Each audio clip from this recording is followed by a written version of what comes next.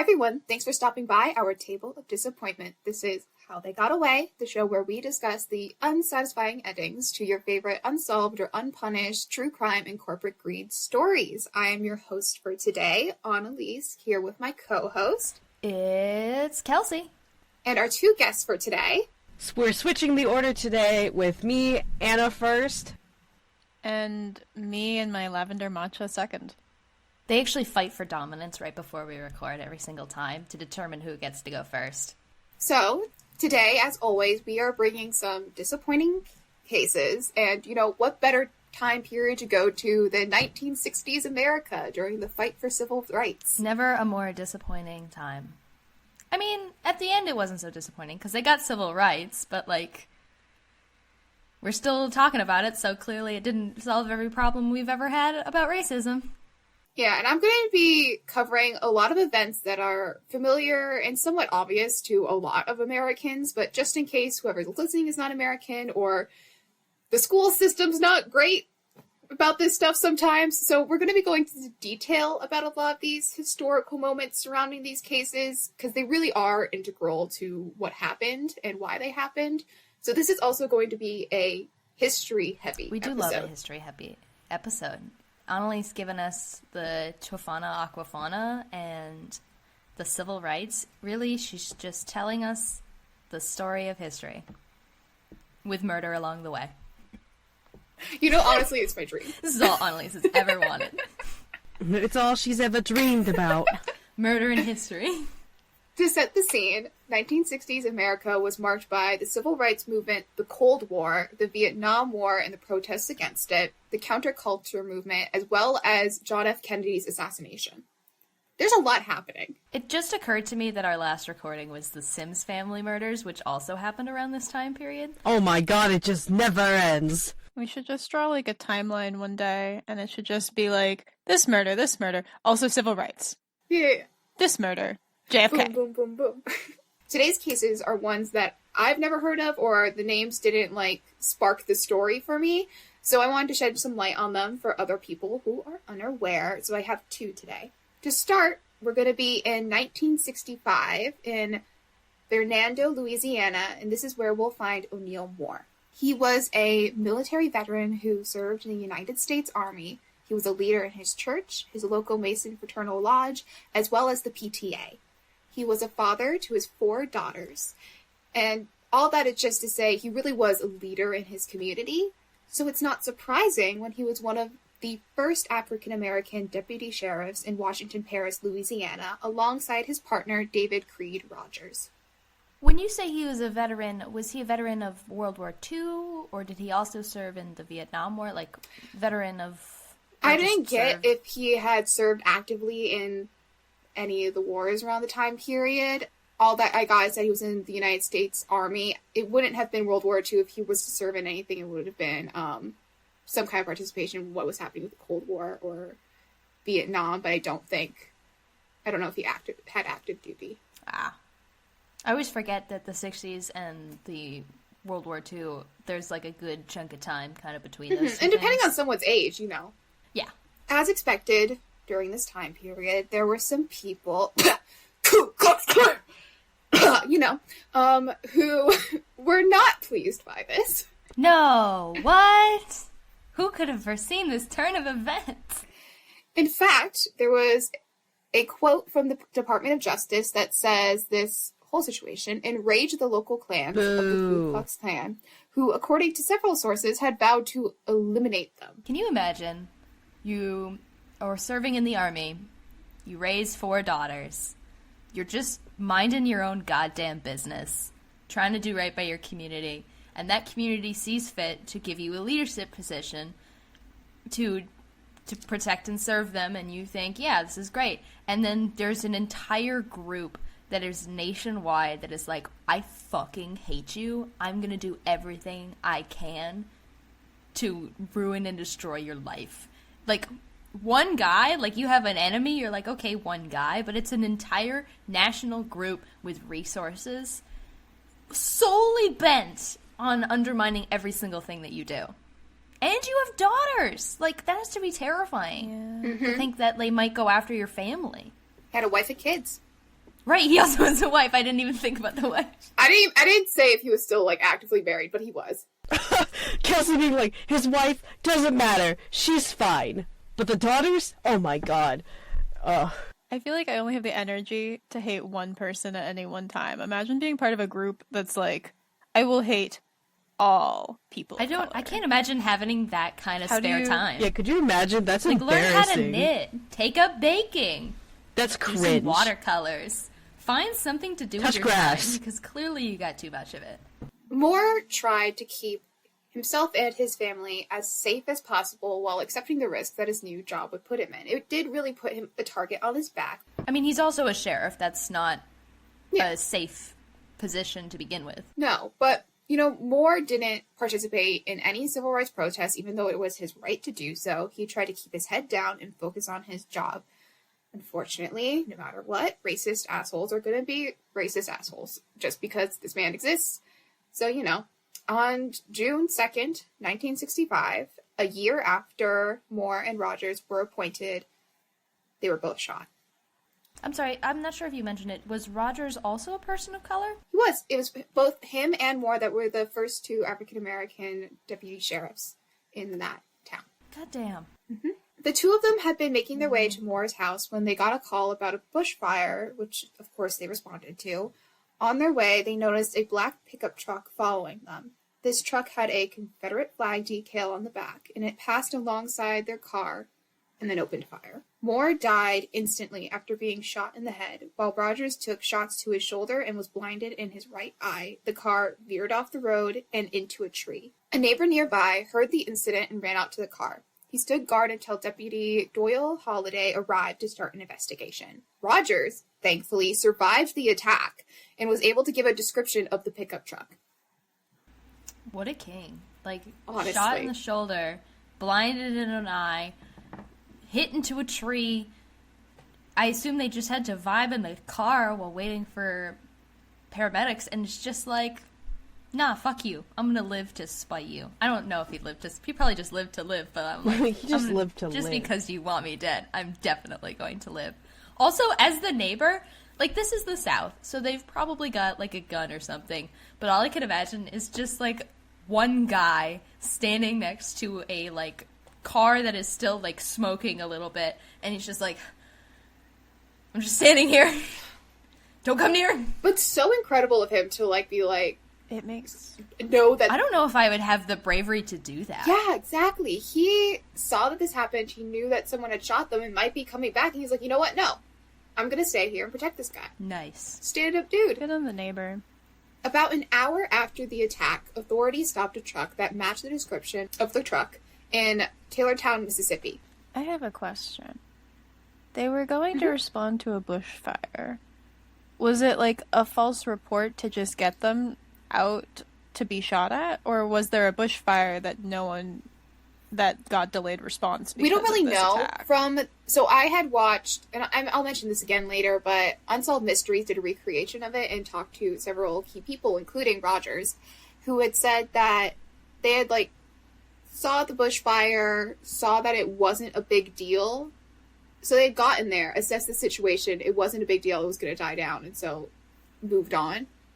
Do policemen get fire training? I don't know if I could look at a fire and be like, yeah, she'll tire herself out, it's fine. I have no idea, but not the We do most not live important in an part of area this. where brush fires happen of their own accord, so, like, no idea how to handle that.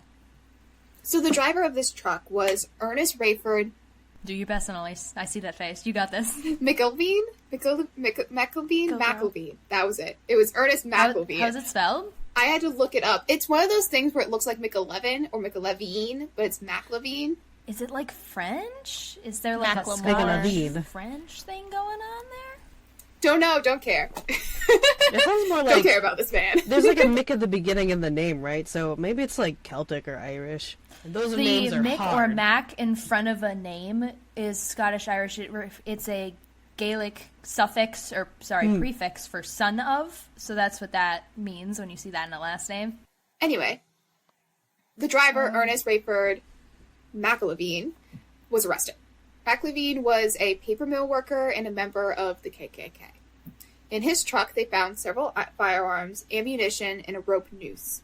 He claimed that he was at a secret meeting during the time of the attack and said nothing else. He was charged and was in jail for 9 days until the local KKK raised enough money to make his $25,000 bail, which for context would have been about $235,000 today. Damn, the KKK has better grassroots organization than... At this time, they were a force. They were pretty much running shit back then, weren't they? Honestly, and I'm going to say this later as well. Well, I'll get into this now. So, an autopsy showed that Moore was hit with a high-powered rifle. None of the weapons from McLevine's truck matched that description. So due to a lack of evidence, his charges were dropped. The local KKK claimed that they had no part in the incident. And I also want to note that Oneal Moore's position was taken up by another black deputy. So, the department really was like, yeah, no, we don't care that this just happened. We are putting someone fit in this category the same as... Like, it doesn't matter. It doesn't matter. They knew. They 100% knew it was the KKK. Because, first of all, who else would it have been? And second of all, like, that is... They were like, it doesn't matter. Mm-hmm. You're not going to scare us into stopping to doing this. But on the other hand, as the person who took that position up afterwards, after this incident, I don't know how I'd feel about that. Because I'm like... My department is specifically putting me in a position that they know I'm in more risk than anybody else would be in this position. It's so political. It's so political. It is. It's a tough spot, but you really... So political. It really is taking a stance and showing that they are supporting having, people of color in important positions. And that's crucial at this point in time. Yeah, and it's terrorism. Like, the KKK... I'm going to come out and say it. I'm going to say it. The KKK is a terrorist group. They're a, what do they call it when it's an at-home terrorist group? A domestic terrorist group. And what is America's policy? We do not negotiate with terrorists. So, after this hiring, Deputy Doyle Holliday's home was actually shot at. Jesus. Can't leave these people the fuck alone. Honestly... They're shooting at this man, Deputy Doyle Holliday, who it wasn't actually his decision, first off, to, put a certain... he supported it, but he also wasn't, the top person in power to make this decision as well within the whole hierarchy. But he was the one that did the hiring. It was, It's a weird thing. He was supporting having people of color, so I guess that also was just... It's just an interesting route to take. Anyway, locals in the area refused to help the police or the FBI, because the FBI got involved, even with a $25,000 reward. This was attributed to people's fear of the KKK and that them themselves would be targeted if they got any information to authorities. I mean, I believe that they were legitimately scared of the KKK. They shot at this one guy's house. They most definitely tried to kill these two men, succeeding with one of them. I would be scared too. Mm-hmm. And they run fucking everything. It's very legitimate. I'm just thinking about the amount of money, though, and what you said the equivalent was in today's dollars. And I'm like, that amount of money is enough to uproot your whole life and leave. Not that that's an option for everyone, but I'm just like... It's a good point, though. Like you were saying, the guy who was arrested was a paper mill worker. That's pretty blue collar. And there was obviously KKK members nationally who were a much higher social status. We know that. But also, where the fuck are you guys getting this money? This case has been opened and closed a lot. In 1989, the FBI opened this case as a priority investigation, and it was even reenacted on Unsolved Mysteries. For anyone who wants to see this, it's Season 3, Episode 9. The full episode's on YouTube. I love Unsolved Mysteries, do not get me wrong. But I don't think this is an unsolved mystery. I think it's an unpunished crime, but I think we all know. Yes, but they also don't have an exact person to pin it on. I mean, you can pin it on an entire organization, but you also don't have the exact perpetrator as well. That's true. The FBI do say that they believe it was a KKK member or a organized thing from the local KKK chapter, but In 1990, the FBI subpoenaed multiple witnesses to testify, but yet again, nothing happened, and so they closed their investigation in 1991. The case was reopened yet again in 2001. Multiple people had, confessed to this crime, but there was no evidence to corroborate any of the claims. It could just be people trying to make a grab, if you know what I mean. There's a lot of people who confess to crimes that they didn't do because they want the notoriety from it, which is horrific. But there's nothing I want more in my life than to be known as the racist member of the KKK that tried to kill 2 black men and only succeeded in killing 1. Can you imagine going out for that? I get other serial killers. It's not great, obviously, but imagine just being like, hi, yeah, I totes did it. I was part of, the racist group that really hated minorities, and, my family and I really hated black people, so, I totes did it. What a weird flex. What a weird little flex going, yeah, I did it. Okay. As a person who, at the ripe old age of 23, still tears up at the possibility of getting in trouble for something, I do not understand willingly saying you did something that, first of all, you didn't do, and second of all, being like, give me the trouble. That is not my vibe. I don't get it, but it's the white man thing. It's the white man confidence. I think. Most of these guys are assuming white men because of the KKK, but I also scratch my head because it's also it's 2020, it's 2001. Sorry, I was going to add 10 more years. That is not correct. That is not correct. So the only prime suspect, Mac Levine, like we talked about before, died in 2003. In 2009, the case was opened as part of the Civil Rights Era Cold Case Initiative. And this initiative is exactly what it sounds like. To quote the Department of Justice, it was a comprehensive effort to identify and investigate racially motivated murders committed decades ago. That's nice. That, is one of those things that, we know we can't bring back the people who were hurt by this, but we are taking a stance of saying we're not just going to let these things just sweep away into history. Mm-hmm. Yeah. And so you can look on the website, it'll be in my sources, but what they did is they had 56 FBI agents search through and identified cold cases that could be further investigated, so things that had potential. As of June 2019, there were 132 cases opened with 151 known victims. Unfortunately, only 2 of these cases led to prosecution, and for most of the cases, identifiable parties or key witnesses have died. In others, evidence has been destroyed. In 2016... when you think about it, next year, the Civil Rights Act will be 80 years old. No. Never mind. I can't do math. Oh my god. 60 years old. 60 years old. It's okay. It's okay. That's still a long time, but I took a 6 from the wrong spot. Please just move on and look away from me. All right. It's okay. I'm thinking about the destroyed evidence, because it's Yeah. What happened to that I feel evidence, one of your bestie? jobs is keeping evidence. When they talk about, rape kits, for instance, that just sit untested for, months and years, it's that was your job. When it's holding evidence, it's how did you lose it? How did you destroy it? I get it if, a flood happens, the office gets destroyed, things get lost. That happens with the passage of time. Climate change is a real bitch. We all get that. But it's some of this is inexcusable.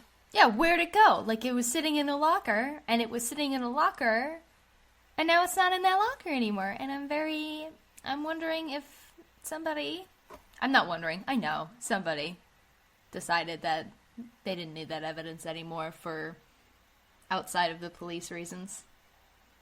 In 2016, the case was closed once again due to a lack of possible leads in the statute of limitations. Unfortunately, that's where this case ends. To leave on a happier note, though, David Creed Rogers lived a full life, passing away in 2007 at 84 years old. After this horrific event, Roger actually stayed with the sheriff's office, and in fact, he retired as captain in 1988. God Good. damn. Was he still an active police officer, or was he I don't know how bad... Well, first of all, he was blind in one eye, so... Yeah. From what I can tell, he kept his position. So Damn, Rogers. Good for you. good for Stick him. it to those bitches. Yippee. I'm Get gonna him. put in a picture into the chat. This is Oneal Moore. Just to give a face to who we're talking about here. Yeah, I think he was 30-something. That's a young man Oh. with 4 baby girls He has a very nice and a smile. wife. I will He looks so nice. He does look so That's so nice. upsetting. How old? Do we know how old his daughters were when this happened? I don't have much information about his family, which might be for the best. Which is but- fair. Yeah. He looks like he has so much hope in the world. That's so sad knowing what happened to him. He looks so excited. And he was such a stand-up member of society, too. He was such a leader in all of his organizations. I love that he was on the PTA. He sounds, yeah, like you're on the PTA. I don't know this because we don't have that information, but I feel like he looks like a good dad. I hope he was a good dad. Yeah. He looks like a good dad. Yeah, he looks like he was involved. I will I mean, he assume. was on the PTA. So, for our next case, I'm going to be taking us to Alabama. The events that we're going to be talking about in a bit happened a year after, in 1966. But I want to give us some more information about the victim of this case. I have some more information on him than I did on Moore. Haven't I been heard enough, Annalise? Must you bring me another tale of disappointment?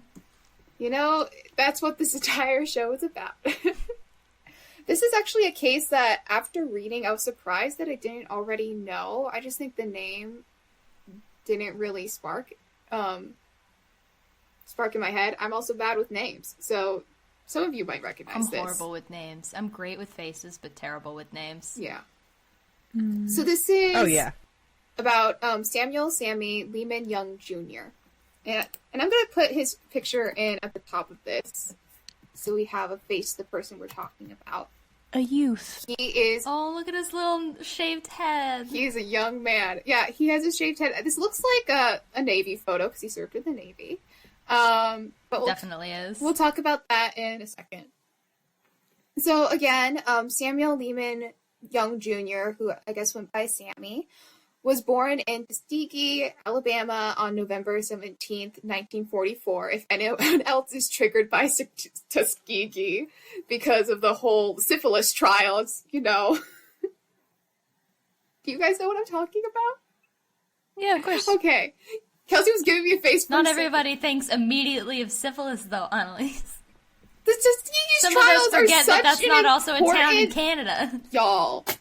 I'll do a thing on Tuskegee. Because as a, I am, like, vaguely aware Oh. of it. It Oh, was it was really it's messed up. really bad. It was... Just to give a little snippet and then we'll move on. Essentially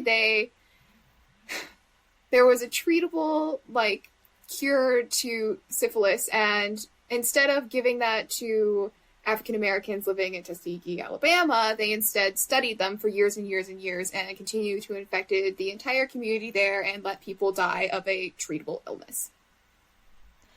And syphilis also has neurological symptoms. It can Yes. damage the brain permanently. Wasn't that so the thing they knew that. they also thought that Al Capone had? I think so, yeah. I think and, they like, think a messed lot up of his historical brain. figures had it. Yeah. But to move on from that, Young's family was middle class, so unlike many of the African American families in the area, he was in a better position economically. His mother was a school teacher and his father was an occupational therapist. Young attended Cornwall Academy, a college preparatory school in Massachusetts. He graduated from Tuskegee Institute High School in 1962, and then he enlisted in the Navy soon after. So he went to a preparatory academy and then switched to high school and then went to the army and not college? Yes, he goes to college later, though. Oh, okay. I was just, like, trying to figure out, like, the prep.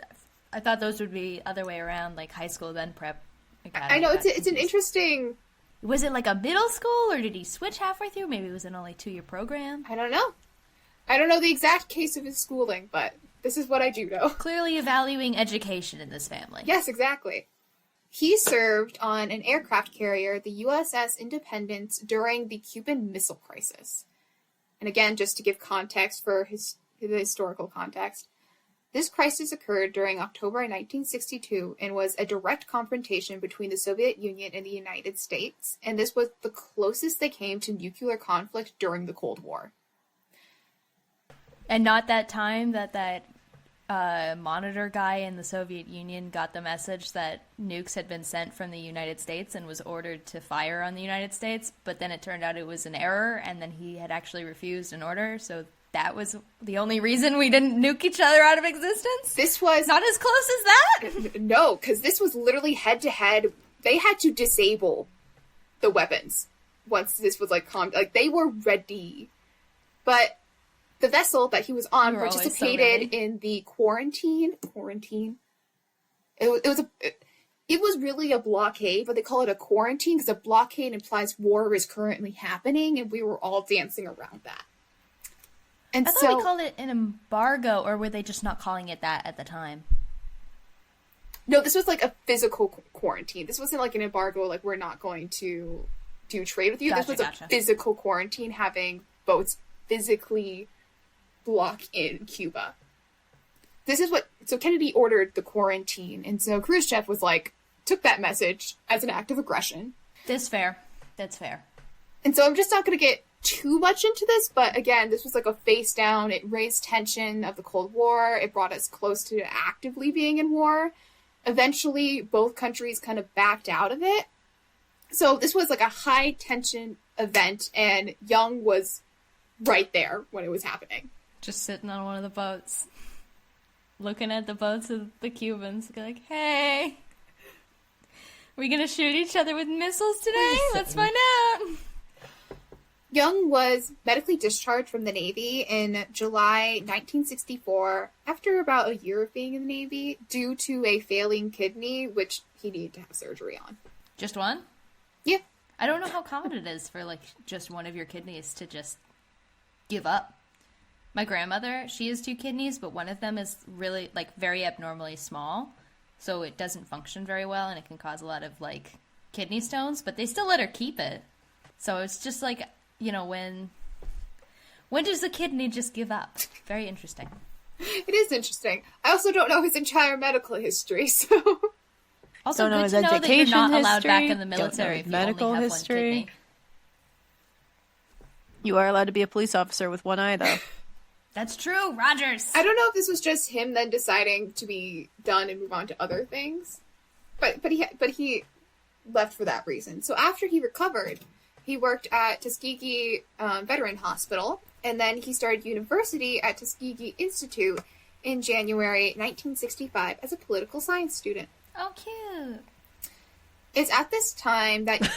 I'm sorry, I like a little... Well, I just think, probably spending time on the front lines of, one of the biggest political tensions with another nation at that time probably influenced that a lot. Mm-hmm. Yeah, political science. He was I gotta go to school to figure out how this shit works because we cannot keep doing this. I'm about to get educated. See you later, guys. I'm gonna learn some things. It's at this time that Young started actively participating in civil rights activism. Young participated in the Selma to Montgomery marches in March 1965. And so, for context, Selma, Alabama, which is in Dallas County, had a resistance to black voting, as blackpast.com phrased it. And from 1961 to 1964, the Student Nonviolent Coordinating Committee led a campaign to try and right this.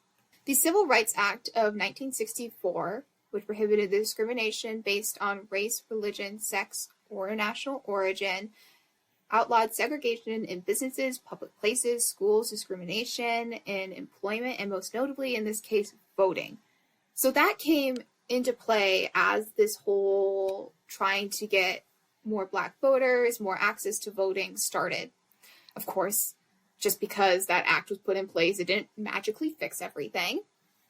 And so in January and February 1965, Martin Luther King Jr. and the Southern Christian Leadership Conference led demonstrations at the Dallas County Courthouse. And on February 18th, Jimmy Lee Jackson was shot by an Alabama state trooper during the protest. I'm only just remembering, I got so caught up in the story of, like, you know, Sammy just living his life that I forgot that where we are and what is happening, and I'm just got really sad because I know where this is going. Yeah.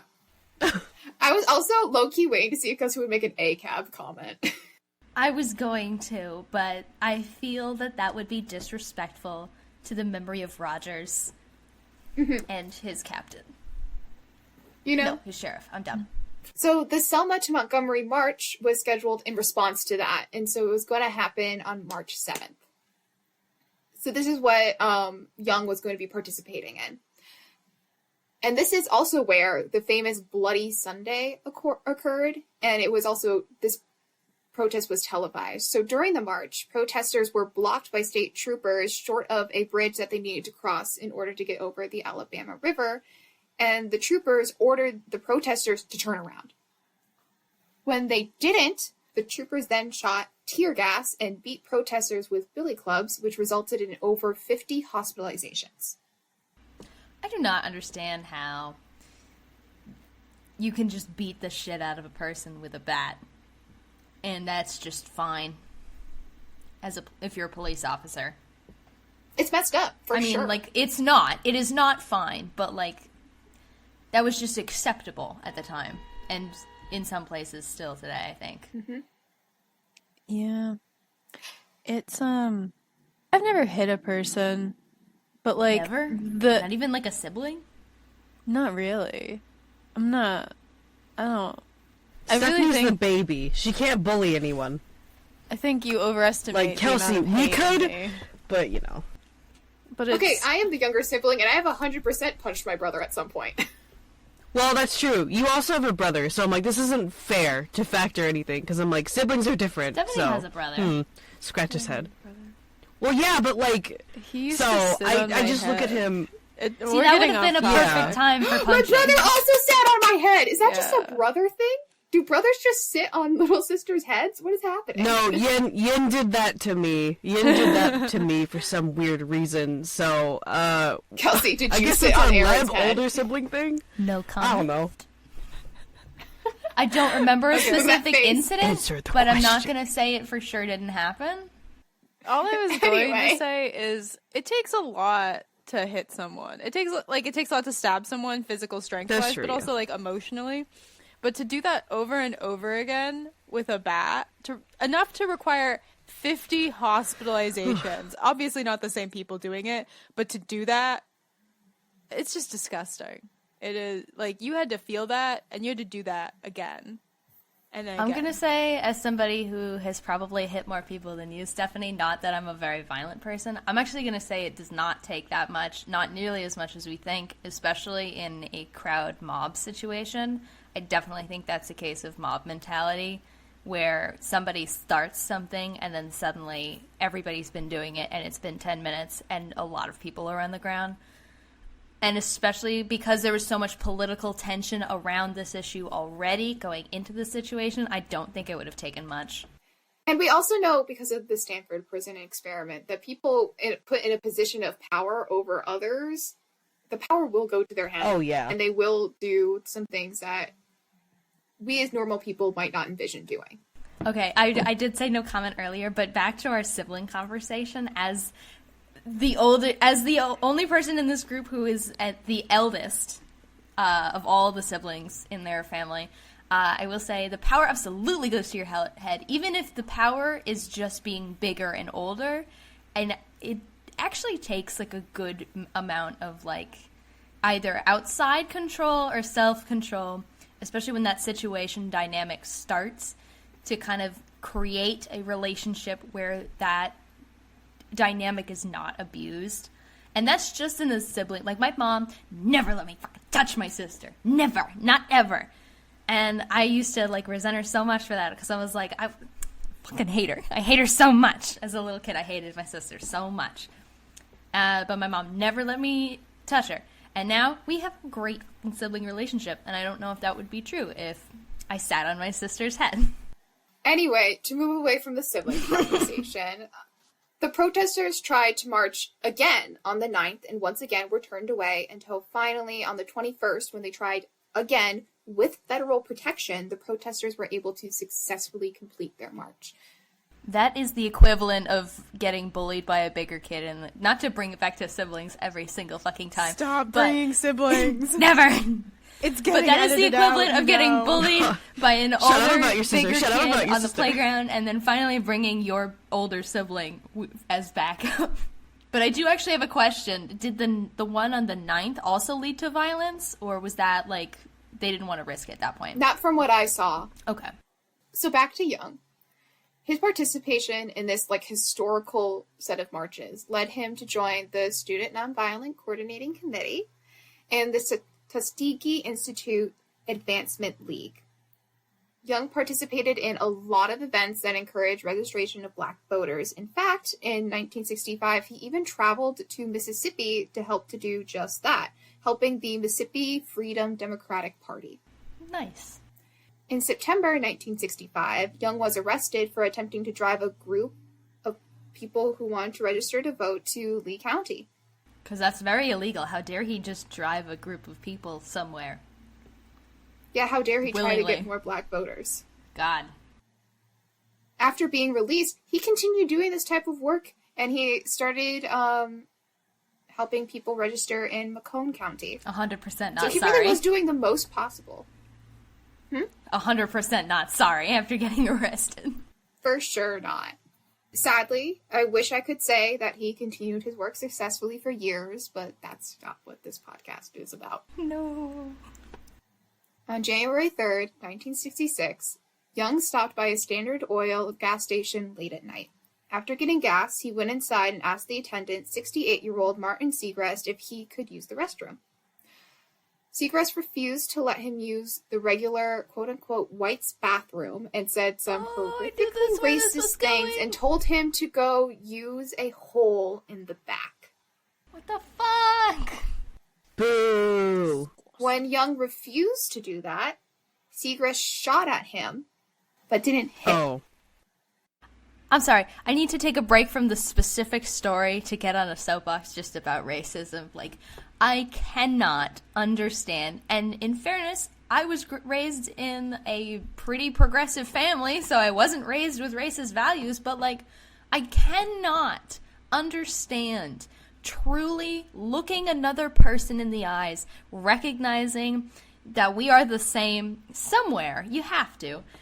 And just saying to myself, I'm better than you, to the point that I will treat you in a way that I wouldn't treat an animal. What the fuck?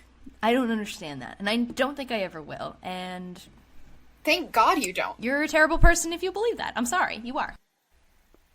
Again, this was like way back when, where they were very against, people of color and everything, as a person of color. Yeah, and some people are still like that today. Not as bad, like, thankfully, but still downright awful. And with current events and some recent, I say recent because of the pandemic and stuff, that's kind of bringing people back to that mentality. I go, why are people like this? Why are like white supremacists and nationalists like this? Like, what do they gain out of this? As I established with my What do they bad math gain? earlier, like, this was not even 60 years ago that this man was like, It's you're still not good enough pretty to recent, poo yeah. on the same toilet as white people. Go shit in a hole out back. Like, what the fuck? So Young, after being shot at, left to go to the police station that was 5 blocks away As he should. to kind of like report the incident, see if something could happen. And after realizing that the police were not going to help him in this situation, he went back to the gas station. Oh, Sammy, I understand it, but this is not going to go your way. Oh, Sammy. Oh no. Segrest shot him in the face, right under the left eye. What is it This with damaged the eyes in central this nervous system. episode? I think he was maybe trying to kill him. This damaged his central nervous system, but didn't kill him instantly. No! Young fell onto the ground and hemorrhaged for a short time before passing. Oh my god. Young was the first student to be murdered for his participation in the civil rights movement. Now we know of. Here's a quote from Young's father about this. "This is an era of social revolution. In such revolutions, individuals sacrifice their lives." I don't even have words for that. I would be happy to just end with that. And that's it. Thanks, guys. Episode is over. We have nothing more to say. I was thinking earlier when you were talking about the protests and young people getting involved in this, and then I think about how, not nearly to this extent, but we've been having a lot of social unrest in the last few years, and I feel like the youth mentality of it is like, people are very much involved for sure, but there's also this like, haha joke of, I so wish I was not involved in historical events right now. I have to wonder if there was like a little bit of that joke around, like at the time, just to like, because we're the same, you know, it's the same. And he just wanted to go to the bathroom on a toilet, and that is not even the bare minimum, and that pisses me the hell off. And I know he probably on the way back thought about like, is this a good idea? You know, am I going to prove anything to this random gas station guy? Should I just let it go? And he decided that for the movement he was a part of, it was important that he try to make a difference here, and he got killed for it over a toilet. And what the fuck? Guy, random gas station guy. Do you feel good about this, random gas station guy? On January 4th, a warrant was put out for Segrest, and he was jailed with a $20,000 bail. What is that with inflation? He was charged... That is $183,000. He was charged with second-degree murder, which is intentional but not premeditated murder. I think that's fair enough. On December 8th, an all-white jury in Lee County, after deliberating for 71 minutes, came back with a verdict of not guilty. There's a dead man. Straight up. What the fuck? Now you may also be wondering why this is in a different county. Did they move the county because of a worry for biased jury? They could have, maybe. Yep. The trial had been moved after they determined there could not be a fair trial because the population in Macomb County had double the number of African Americans than whites. Oh my fucking god. The bat. Okay. I also, with that knowledge, I bet they fucking knew this guy. They knew this guy was like this. And they were like, I almost guarantee this was not the only incident, especially with a county that had much more African Americans in it. That I bet this was not the only incident with an African American and this man. And they were like, oh, we'll never get a fair trial out of this county because everybody fucking hates him. Young's death sparked protests in Tuskegee, and people were obviously outraged. In terms of tributes, in January 1966, Leslie Bayless led a protest in front of the White House with a coffin that had Young's picture attached to it. Just for clarity, the coffin was empty, though. That was just another random okay. Yeah, it was symbolic. Just wanted to be sure. All this to say, Young's murder was adding gasoline into the fire at this time. Similar to Oneal Moore, Young's case was reopened by the FBI in 2008 thanks to the Cold Case Initiative. They gathered the Department of Public Safety investigative report, the autopsy report, media reports, and death certificates for both Segrest and Young. When they went to Macomb County to gather additional records, a representative of the clerk's office informed them that all records prior to 1976 had been destroyed in a fire. Was there a fire? Like we have record of this fire? I don't know. They were able to get some handwritten entries from Lee County. Sadly, since the primary suspect, Segrest, is dead and there isn't anyone involved in the crime that was alive anymore, there was no prosecutable subjects, and the statute of limitations had passed. And since prior to 1994, civil rights criminal violations were not capital crimes, it had a 5-year limit, and they couldn't go back and change legal consequences. And also, we've talked about this before with different cases. There's the double jeopardy rule, which means you can't charge somebody with a crime unless, and I'm not sure if they had this addition to that rule at the time, of unless there is sufficient new evidence to the crime. So even if Seacrest were alive, I mean, what more evidence is there to get? Like, it has to be some substantial new evidence for them to recharge. So even if he were still alive, I don't know if they'd been able to do anything. Today, you can find Young's name carved into the Civil Rights Memorial in Montgomery, Alabama. This monument lists 40 names of people slain between 1964 and 1968. And those years are significant because the first one was school desegregation, and then it's MLK Jr.'s assassination for the other one.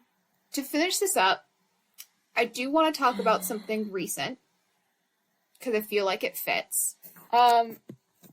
This is also just super disappointing. It took until 2022 to make lynching a federal hate crime in the United States with the Till Act. I fucking forgot about that, and that is just insane to me. And again, for those who don't know, the full name of this act is the Emmett Till Anti-Lynching Act, and that name, if you're from the U.S., is probably familiar, but Emmett Till was 14 in 1955 when he left Chicago to visit some family in Money, Mississippi. And after allegedly flirting with a white woman, the woman's husband and brother made Emmett carry a 75-pound cotton gin fan to the bank of the Tallahatchie River and ordered him to take his clothes off. The men then beat him nearly to death, gouged out his eyes, shot him in the head, and threw his body, tied to the cotton gin fan with barbed wire, into the river. His killers weren't punished for what they did. And so this landmark federal law made lynching a hate crime in the U.S. and gave it the penalties of a fine and or 30 years for those who conspire to commit a hate crime, including death, serious injury, kidnapping, sexual assault, so on. But it is horrific that it took this long. I mean, lynching was, like, illegal because it's murder/assault, but it wasn't a hate crime. It wasn't a hate crime. And it should be a hate crime because there's a lot of political and social meaning behind that. Yeah, and it doesn't, just saying that, like, lynching is a murder doesn't fully encapsulate what it is, you know? It doesn't, especially with all of the other things that they did to Emmett Till, and then also Emmett Till's body after his death. Like, you do not do that just to murder somebody. That is clearly an act of hate.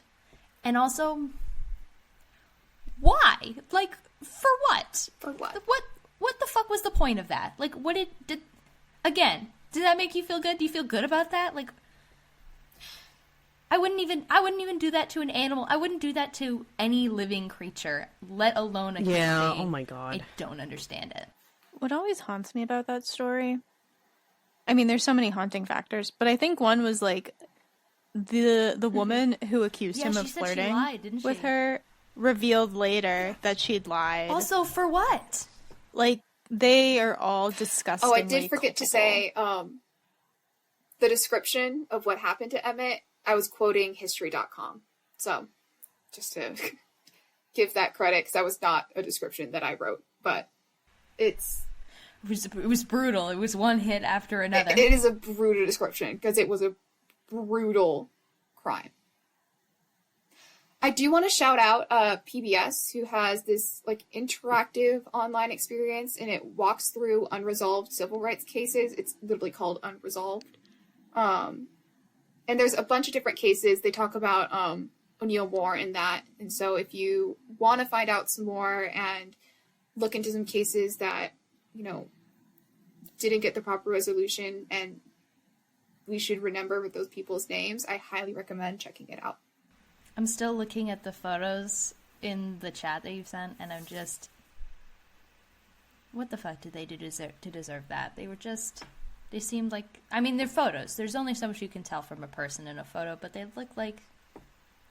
The first one looks so happy to be doing in this job, and Sammy looks like a kid. He looks 16. They really were such stand-up people and would have been able to do such good in their lives. And they did do good for what they could during the small time that they were given before it was cut short by just horrible racist pigs. Yeah. I'm very disappointed, Annalise. I'm goddamn irate. I'm gonna have to walk around the rest of my Saturday just fucking mad. And then people will be like, why are you mad? And I'm like, racism! I'm mad about racism all the time. And we should be. Because stuff like this isn't all in the past. And we should really be doing the most to bring these cases to light and to shed light on what's happening. That's the crazy part about this, is that these were 60 years ago, but if you'd told me that they happened in some parts of this country, you know, even 5 years ago, I would not have trouble believing it. And that is... Look, we've made progress in so many ways, and it's so great, but in some ways we are exactly the same, and that really needs to change. Because what the fuck? I would never... I wouldn't... not that I wouldn't hurt a fly, but I wouldn't treat anything that breathes like this. I would feel bad about treating a plant like this. What?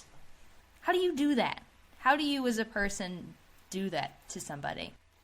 And I'm just gonna, because the quote really did get to me, I'm just gonna leave us with the quote from Young's dad one more time. This is an era of social revolution. In such revolutions, individuals sacrifice their lives. And that is a horrible reality. And that's where we're going to leave it for today. Extra crispy. Go ahead and push in your chair. We're sorry. I hope you liked this giant roast of disappointment Annalise put together. It was a full meal. Several courses. Well, we'll see you guys in the next one. Bye. Bye. Have a good one. See ya.